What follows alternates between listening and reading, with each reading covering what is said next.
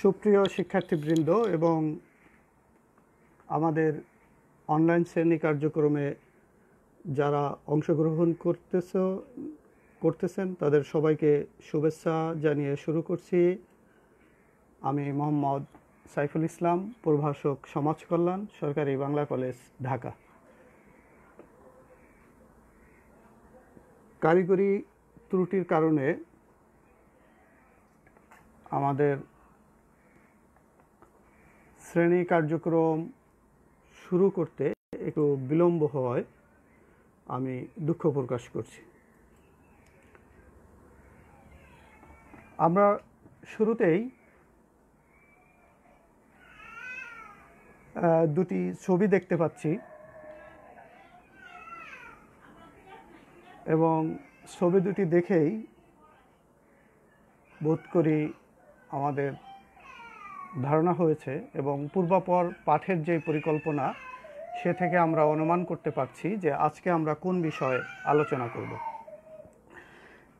বিগত লেকচারে আমরা সামাজিক সমস্যা বলতে কি বোঝায়, সামাজিক সমস্যার পিছনে কি কি কারণ আছে, এমন কিছু কারণ এবং সামাজিক সমস্যা প্রতিকারের জন্য কি করণীয়, এসব বিষয়ে আমরা আলোচনা করেছিলাম।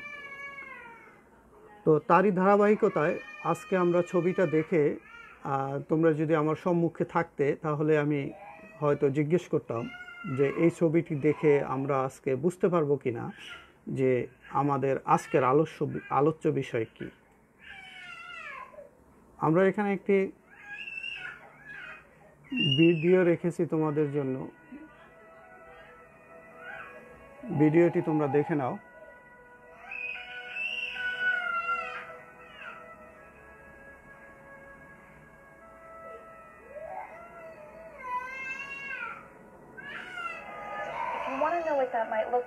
Dhaka is among the best places to visit. The World Bank called it the fastest growing of the world.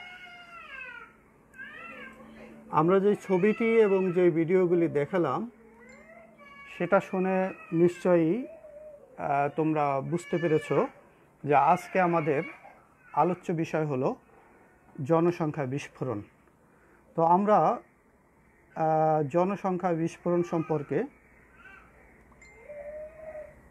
আজকে আলোচনা করব।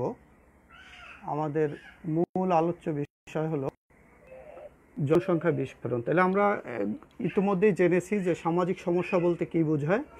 তো সামাজিক সমস্যা হলো এমন একটি অবাঞ্ছিত ক্ষতিকর পরিস্থিতি যেটি সমাজের মানুষের আচার আচরণ, ক্রিয়াকর্ম, কার্যক্রম, পারস্পরিক মিথস্ক্রিয়ার মধ্য দিয়ে উৎপন্ন হয়ে সমাজের অধিকাংশ মানুষের জন্য ক্ষতির কারণ হয় এবং সমাজের মানুষ এই অবস্থা থেকে মুক্তি পেতে চায়।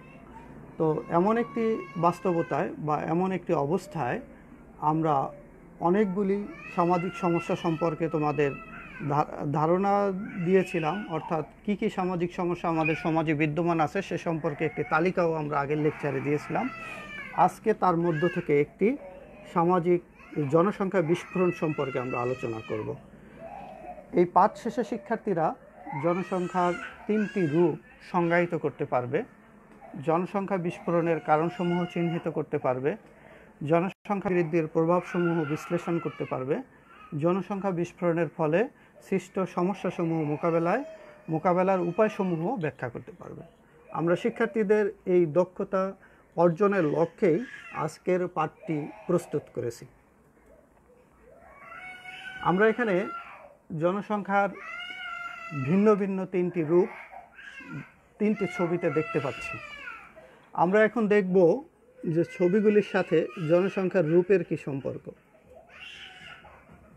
আমরা যে প্রথম ছবিটিতে ক্লিক করার মাত্রই আমরা দেখলাম যে ডান পাশে একটি লেখা ভেসে উঠছে, সেটা হলো জনসংখ্যা বিস্ফোরণ।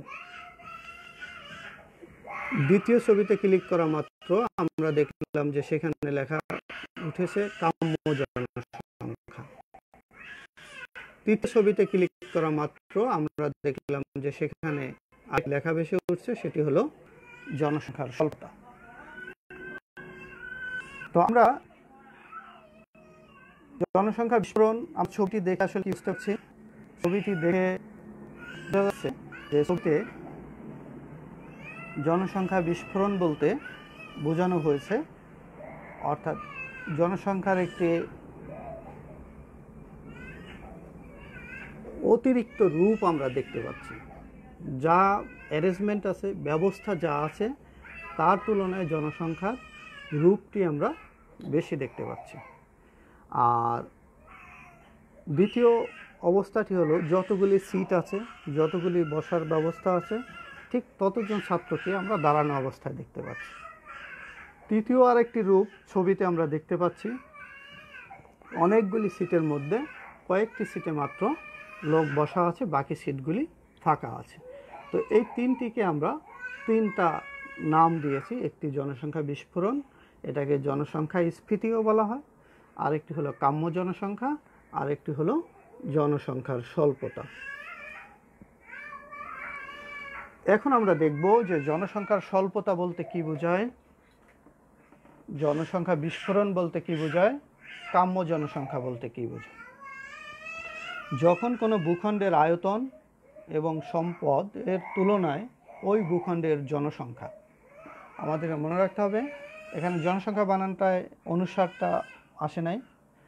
যখন কোনো ভূখণ্ডের আয়তন এবং সম্পদের তুলনায় ওই ভূখণ্ডের জনসংখ্যা কম হয় তখন তাকে বলা হয় জনসংখ্যার স্বল্পতা।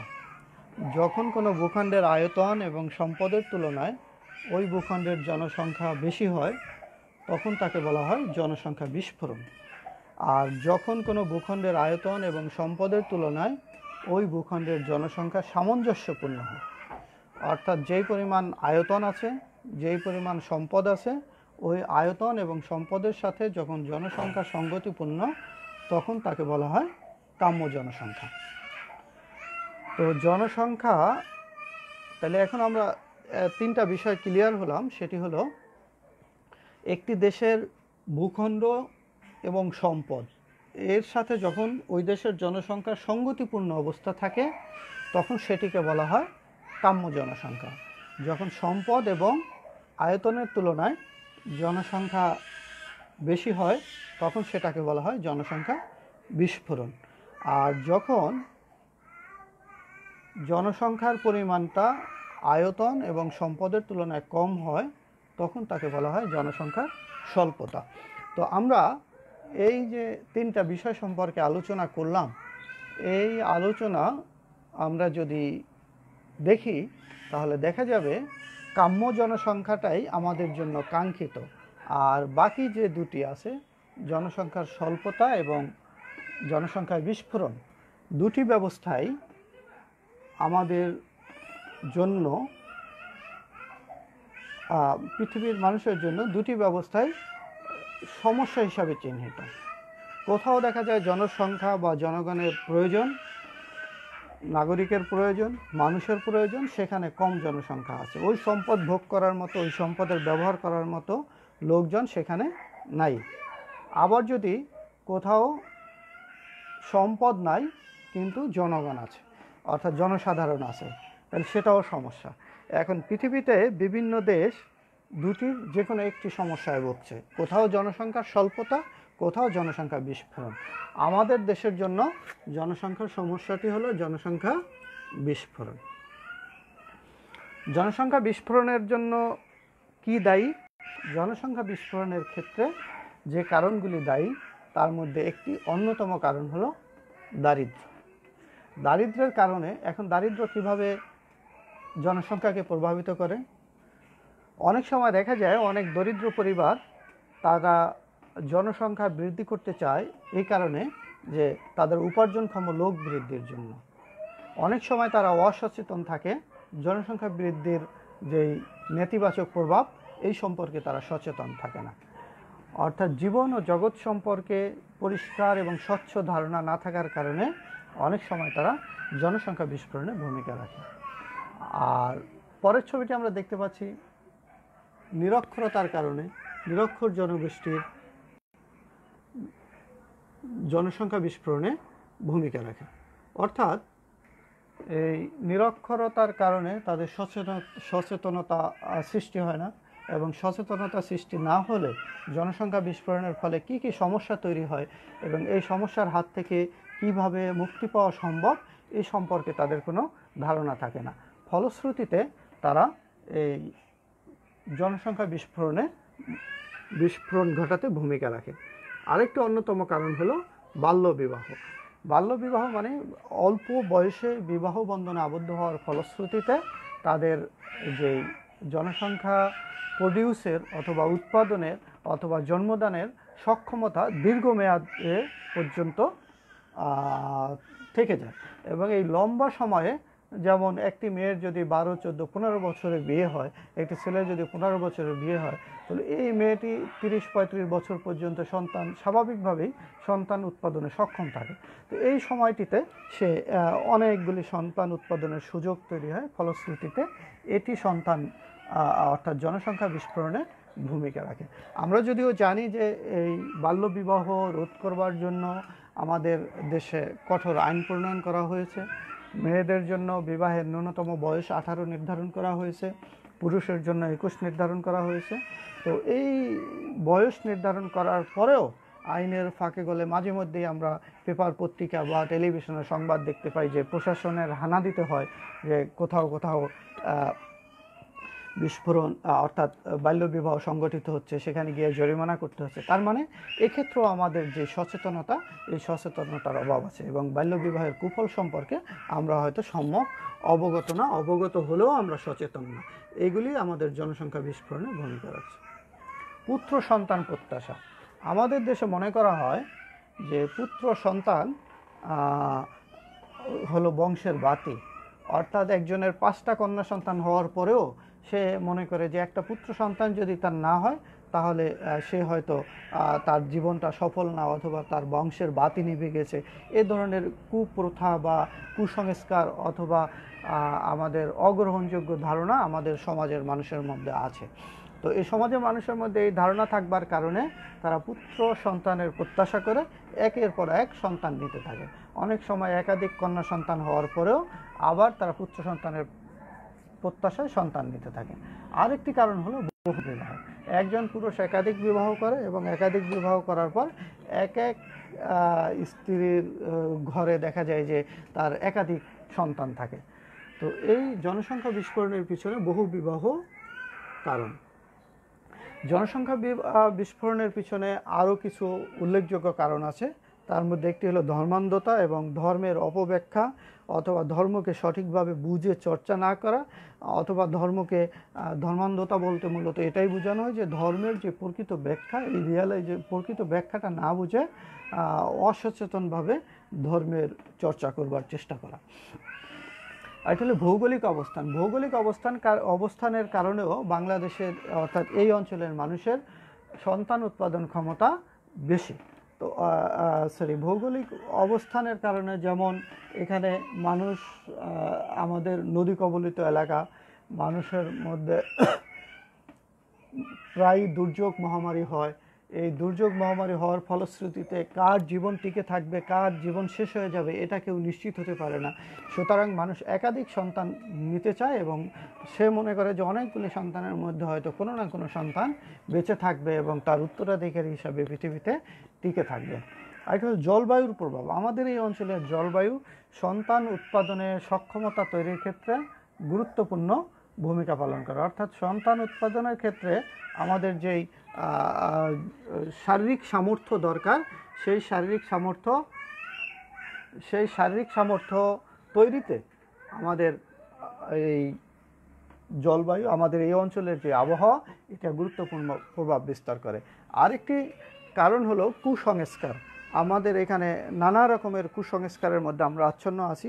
আমরা অনেকেই জানি, অনেক কুসংস্কারে আমরা নিজেরাও অনেক সময় কুসংস্কারের মধ্যে থাকি, কিন্তু কুসংস্কার বুঝেও হয়তো ছেড়ে আসতে পারি না। হ্যাঁ, তো এই কুসংস্কারগুলি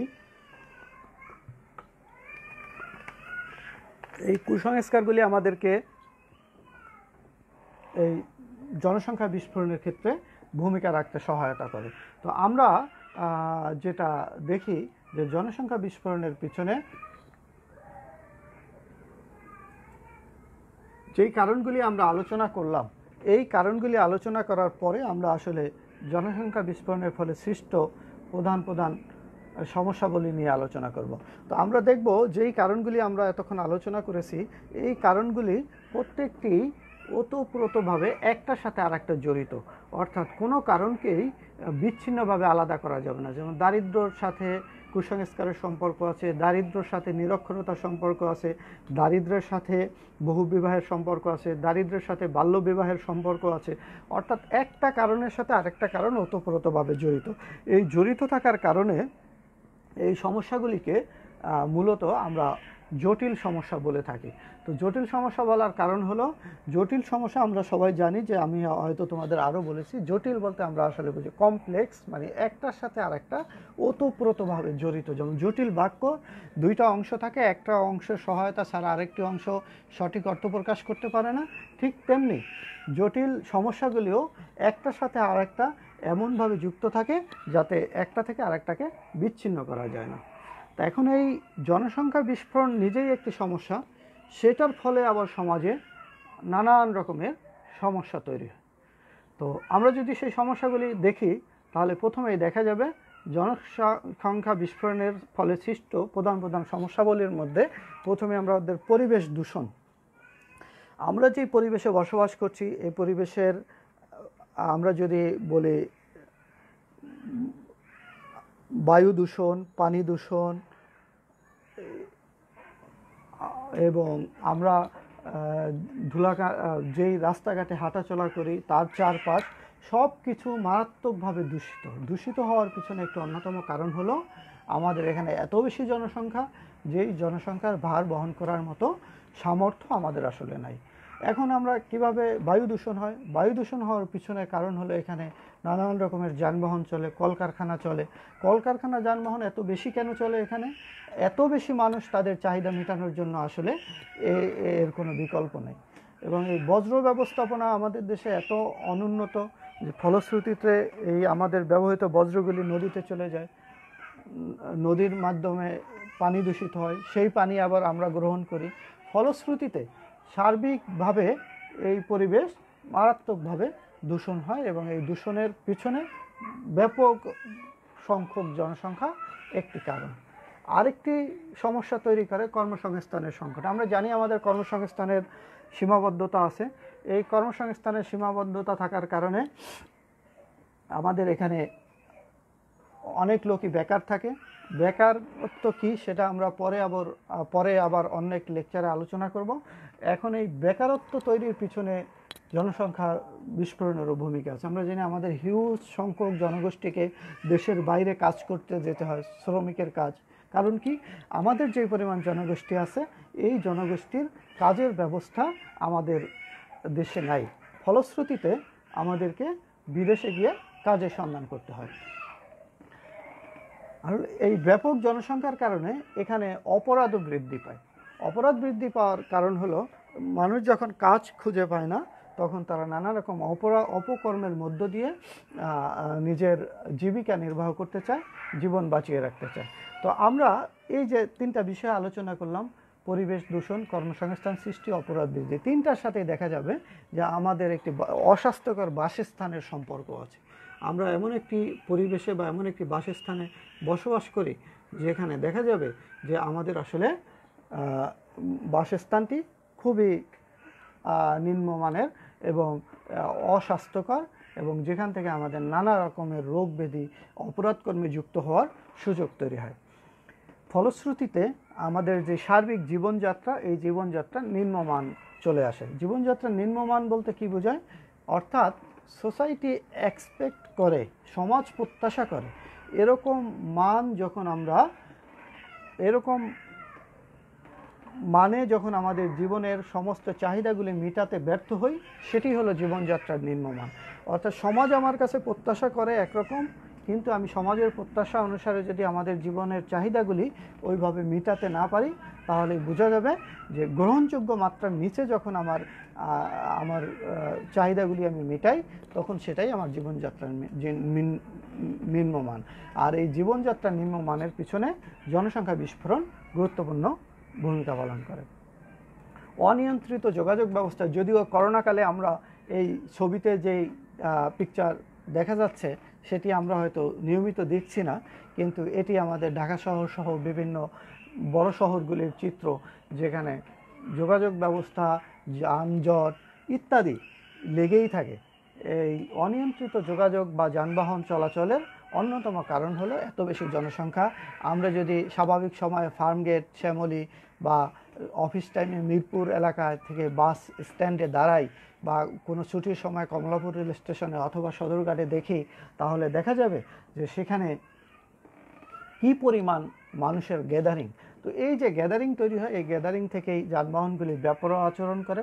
এই বেপরোয়া আচরণের পিছনে কারণ হলো যাত্রীর সংখ্যা অনেক বেশি। যাত্রীর সংখ্যা যখন অনেক বেশি হয়, তখন দেখা যায় যে আসলে যানবাহনগুলি নিয়ন্ত্রিত উপায়ে পরিচালনা করা সম্ভব হয় না। তো আমরা দেখলাম যে এই অনিয়ন্ত্রিত যোগাযোগ ব্যবস্থার পিছনেও জনসংখ্যার একটি ভূমিকা আছে। মৌল মানবিক চাহিদা পূরণের অনিশ্চয়তা। আমরা জানি আমাদের 6টি মৌল মানবিক চাহিদা আছে।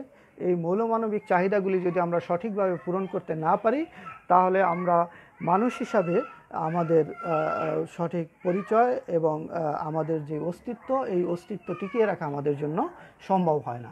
তো আমাদের যখন জনসংখ্যা অধিক হবে, আমাদের সম্পদের তুলনায়, আমাদের আয়তনের তুলনায়, তাহলে কোনো দিক থেকে আমরা শিক্ষা বলি, চিকিৎসা বলি, খাদ্য বলি, বাসস্থান বলি, অথবা চিত্ত বিনোদনের কথা বলি, সাম্প্রতিক সময়ে সামাজিক নিরাপত্তার কথাও মৌলমানবিক চাহিদা হিসাবে অন্তর্ভুক্ত হয়েছে। তো যেটার কথাই বলি না কেন, কোনোটাই আসলে সঠিকভাবে পূরণ করা সম্ভব হয় না। এখন মৌলমানবিক চাহিদা পূরণের অনিশ্চয়তা কি, আমাদের এই টার্মগুলি একটু ব্যাখ্যা করার দরকার আছে। আমি এখানে তোমাদেরকে ছবিগুলি দেখানোর চেষ্টা করেছি। শিক্ষার অপর্যাপ্ত সুযোগ। আমরা কোনো কোনো বিদ্যালয়ে গিয়ে দেখব যে সেখানে শিক্ষা গ্রহণের যে পর্যাপ্ত সুযোগ সুবিধা শিক্ষার্থীদের থাকা প্রয়োজন, সেটি নাই। হয়তো তাদের ভালো পোশাক পরিচ্ছদ নাই, বই খাতা নাই, বসার জায়গা নাই। আমাদের এই পরিস্থিতির হয়তো দিন দিন উন্নতি হচ্ছে, কিন্তু এখনও একদম প্রত্যন্ত এলাকাগুলিতে শিক্ষার পর্যাপ্ত সুযোগ বা প্রাথমিক শিক্ষা বিনা বেতনে আছে। হয়তো মাধ্যমিক শিক্ষা সবার জন্য বিনা বেতনে নাই, উচ্চ মাধ্যমিক শিক্ষাও সবার জন্য বিনা বেতনে নাই। হ্যাঁ, উচ্চশিক্ষা তো আরও ব্যয়বহুল। পাশাপাশি সরকারি প্রতিষ্ঠানগুলির পাশাপাশি বেসরকারি শিক্ষা কার্যক্রম চলছে।